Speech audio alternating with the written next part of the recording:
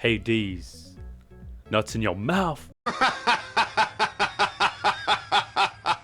I don't know how I feel about this game. At first I hated it. I picked it back up after a year just to give it a proper go. Because I finished another small roguelike and I thought, you know what, people say Hades is the goat of the genre, I'll give it another crack, give it another chance. I really struggled to get into it, but eventually I did. Not out of enjoyment or the gameplay or the story, but purely just to beat the challenge.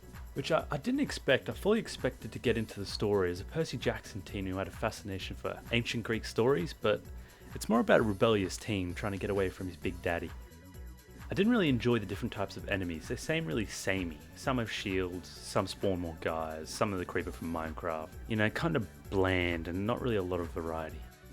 I also don't really enjoy how each run you're given are like random boons. I'd rather pre-select it going in. I have all the options laid out beforehand to draft my own builds. However, I do love how unique all the weapons are, and I personally gravitated towards the shield because I thought it was fucking sick. I throw that bad boy around like a boomerang, or like Johnny Sins throws around Riley Reid.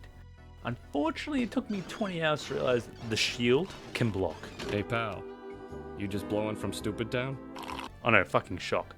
But I ended up beating the game after I realised that in the next run, so maybe the shield's a bit strong compared to the other weapons, I don't know, but it's fun as fuck. I also love the fact you can augment each weapon, so it keeps the weapons fresh.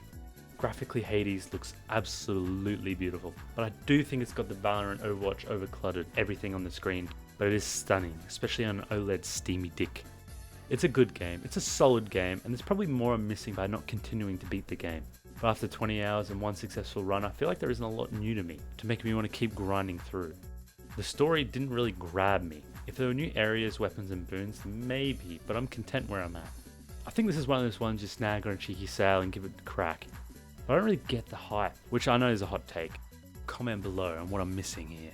Why is this considered the goat of the genre when I played the Pokemon mystery games as a kid, like 15 years ago or whatever, and Wizard of Legend, a tiny little game that doesn't really have anyone talking about it? Why do I think they're better than this game? Why, like, am I challenged? Am I challenged? I don't know. Anywho, piss off. You smell like a skunk's crusty back door. Get the fuck out of here.